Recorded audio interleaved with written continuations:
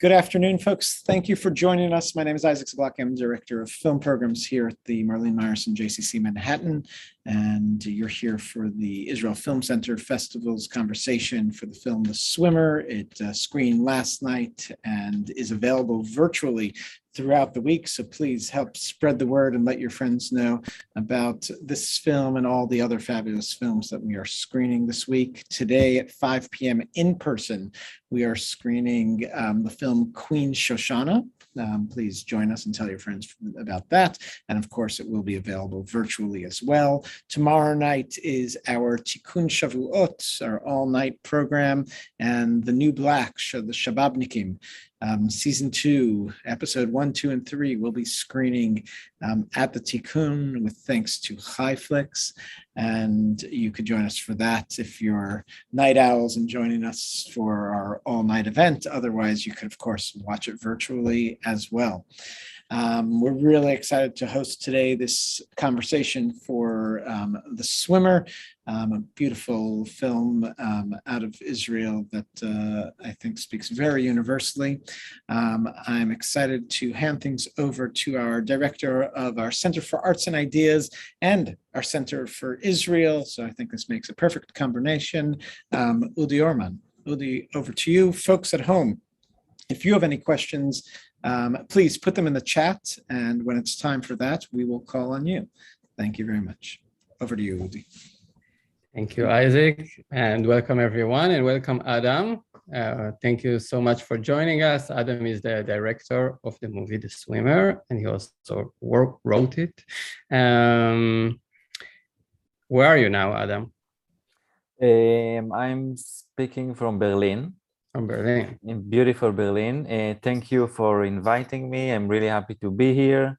I wish I could be there with you, maybe next time. Yeah. For sure. So, I have to tell you that I was watching this movie a couple of weeks ago. I was in a hotel room by myself and I wanted to cry and I laughed, but mainly I wanted to do the dance routine and the final scene. That was, for me. So since I was by myself in the hotel room, I can tell you, I tried some move. It was really amazing. Now, this movie is mostly autobiographical. You yourself was a professional swimmer, you're gay, a Madonna lover. So, thank you for sharing your story. And I think it's very, very important. My first question to you would be, at one point in the movie, Paloma, the character of the assistant, is saying, this place is like a breeding ground for depression. So was it? And also, did Madonna really save you from that? Yes and yes. Yeah, I mean, basically, when I started swimming, I was 9 years old. I remember the moment I realized that I need to find sport that can save me. I was suffering from, they were laughing. All the kids around me could recognize many things about myself before we could call it the names, like how I walk and how I talk and everything. And there was a survival instinct in that age that reminded me that I need to find a sport, especially a manly sport, and to be good at, and then they will leave me alone. And basically this is what happened. But as I grew older, especially when I left home it was Winget Institute for a talented professional sport. I couldn't cover the medals I won couldn't cover the fact that it wasn't the right place for me. And basically above your soul, there is the sport and the professional sport. And therefore, for me, my personal experience was, I didn't know it back then, but I was depressed. Mhm. And Madonna, it was then around 98, Ray of Light, and Nothing Really Matters. It's funny, but it's not funny. It was for me very serious. She helped me to survive it because I needed to use my imagination, because I was in the closet, I was hiding who I am, and I was dreaming to become a pop star or a filmmaker, or basically directing my own path and not be led by this very strict Spartan way of life. Right. So So here's to the power of music and the power of film, right? yeah. There's another scene in the movie where Erez is telling his dad, "Don't worry, I'm doing psychological battle, a war with Nevo." Yeah. So, but I guess the real battle for Erez was with himself rather than with Nevo. And do you think also, like the second part of the question would be, do you think that was the opposite way as well? Like Nevo was playing him, like this whole tension was a game, in a way, a psychological game for...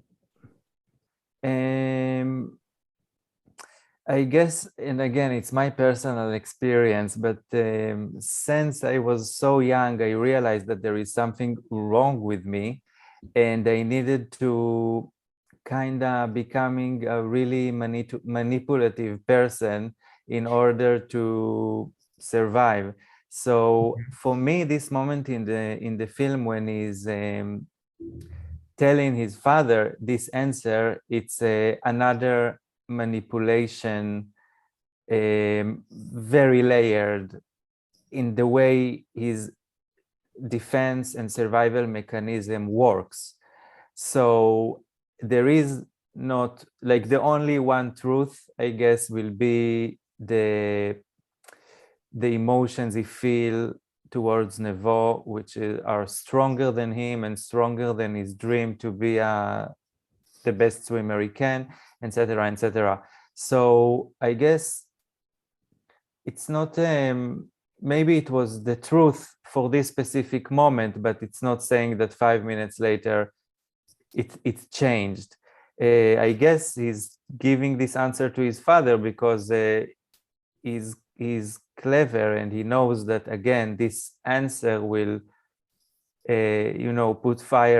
put water on the fire in this specific moment, and his father can leave him alone. But it's, again, it's part of a very woven kind of mechanism that he's trapped in. Right. But do you think or tell me, like in the swimming world, so that's part of the game, those psychological maneuvers to get your opponent off his track? I guess in a way, yes, because yes, it's true that it's sport, but it's also kind of show business. It's there is the psychological war, there is the physical competition. I mean, but it's not enough that to be good just in the water. You need to be also good outside of the water. There are a lot of tricks, that you can do before the race to show how prepared you are, and then your competitors can, you can throw them off the rails because they think that you are so prepared, but basically you're covering on the fact that you are not. I mean, but like any other showbiz, there is the moment of truth and you're jumping into the water, and it's made with many, many, many aspects. So yeah, I understand. I feel like the kibbutz and the sports academy has many similarities and differences. I mean, they are both can be heaven, but they can also be like jail, right? hell. Yeah. So you wanna expand a little bit about you grew up in a kibbutz? Yeah, I grew up in a kibbutz. My family still lives in the kibbutz, and we actually shot the film in my kibbutz, in the swimming pool where I started to swim when I was 9 years old. I guess in one hand, there are similarities in the fact that it's a very hermetic, closed bubble, that there is a whole universe happening inside of this bubble, and it's very hard to actually step into this hermetic bubble if you are not part of it. But the difference between the two locations, I guess, will be that in kibbutz, the main goal is that everybody will be and feel equal, which is exactly the opposite of the Olympus of the elite sport, where only the strong survive, and everybody worship you as long you are good, and in the moment you are cracking up, they will spit you out. In the kibbutz, they are not spitting you out, they are like covering it maybe a little bit, but it's so was all it about a place, the kibbutz is like a place of comfort for you? You go there to feel safe? I can say that a kibbutz is an amazing place. I had an amazing childhood there between the things that were less amazing, but it's not a place for me.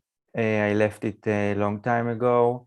I followed my dreams and my ambition, and basically I wanted, I started this journey to become gay outside of the kibbutz, and here I am in Berlin, and I feel good here. I feel that there is time and space for me to create. I love the kibbutz. Sometimes, I'm going there. I love the nature around it and the community, but it's not for me. Okay. Can you tell us a little bit about the casting process? What were you looking in the actors? Do they have to do swimming like boot camp? First of all, the casting director is Roy Efrat, which is also my husband. So while he was doing the casting, it was a very, very long process, because they needed to be the best actors, and they needed to know how to swim, and they needed to look like swimmers, and they needed to know how to dance. So basically, Israel, it's not such a big place. And it was a process of a couple of years, actually. Very luckily, he found Omer Perlman Strix, which ticked all the boxes, which is quite rare. And around him, he was building the whole team. But in the casting process that was very long, they needed also to act, and also to dance, and also to do all sorts of things. But and then there was like the half year before the shooting, when we provided some through pictures and videos and diets and swimming lessons. So basically we were imitating the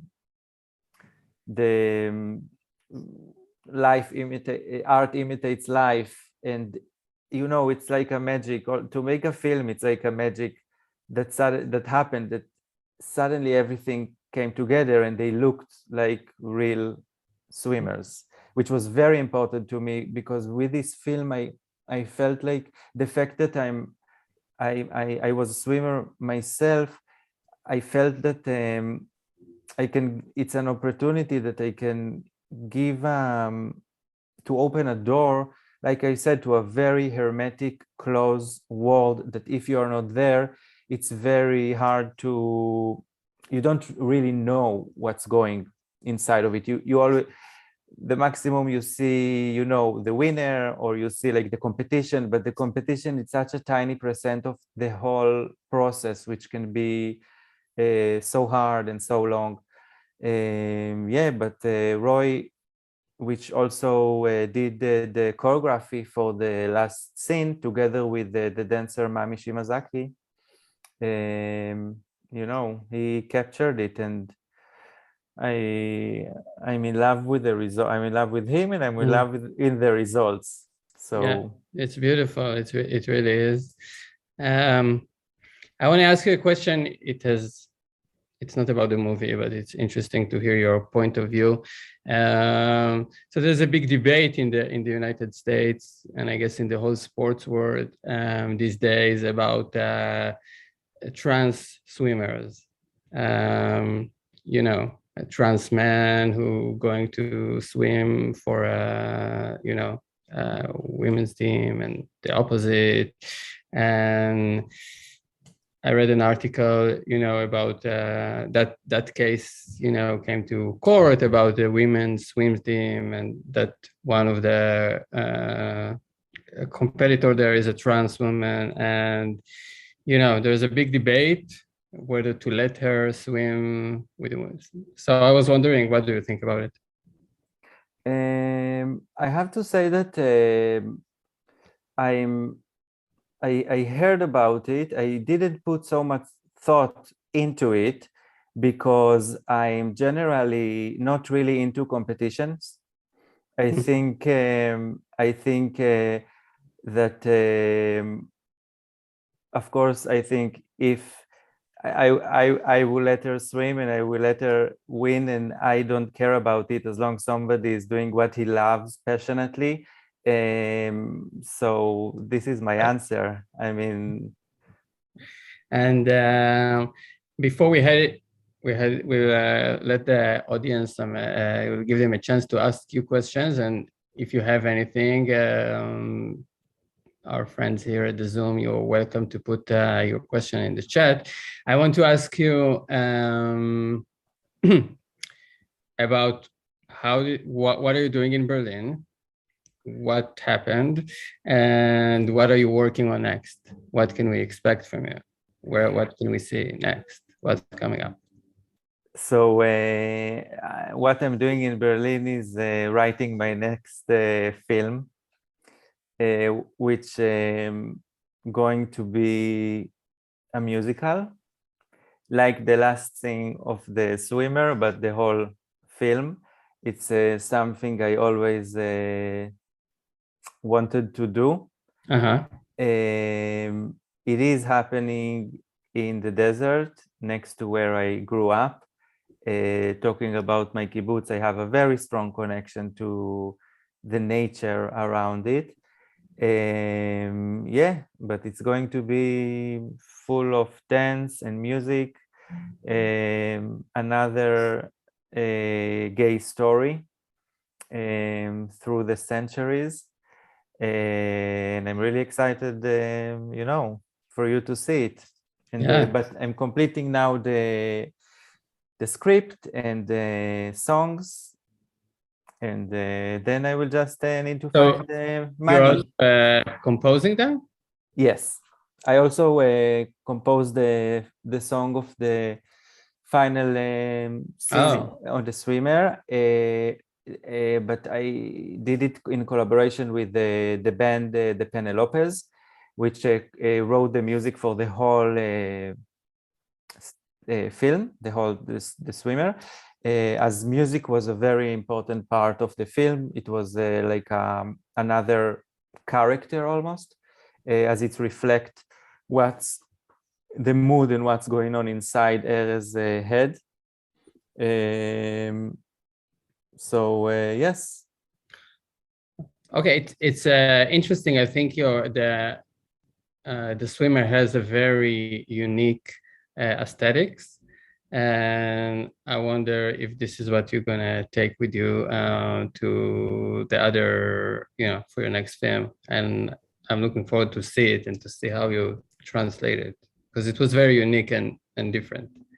I'm really happy you saw it.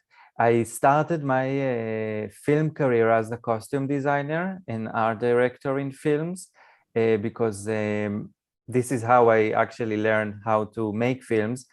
In the beginning of my career, it was as costume design, maybe no, I don't know, in Israel can refer into a feminine kind of profession. I was a bit ashamed that I didn't study or I didn't have the proper route to become a film director. But now it was a process, but now I can proudly say that I'm directing through costumes almost. It's something I really love and I always want to push further. So in the part of the fact that I'm going to make a musical, it's that I can really take it to the next level. But in the Swimmer, it was an interesting process because when I started to ask myself why I went to swimming, what I love into swimming, which is not the competition, it's not the medals, and I realized that all the fetishistic point of view about sport costumes and shiny fabrics and shiny equipment, it's almost like a fetishistic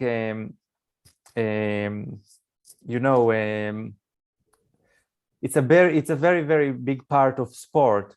Yeah. So I realized that this is another way I can express Erez's emotions and what he sees and how he sees the situation through those things. So I'm really happy it shows. It really does. Adam, thank you so much for joining us. I'm going to hand it out back to Isaac. Thank you so much. See you soon and talk soon. Thanks. Thank you, Udi, for leading this conversation, and thank you, Adam. Of course, the star of the film is also in our Saturday night screening of Shababnikim, The New Black, and shows kind of the diversity of roles that he can play. So please, folks, join us for that. And again, at 5 p.m. today in person, we have Queen Shoshana about Shoshana Damari, and all our films are available through the 8th, so enjoy them this weekend and beyond, and please tell your friends, and I look forward to seeing you at other screenings. Thank you all. Have a good day.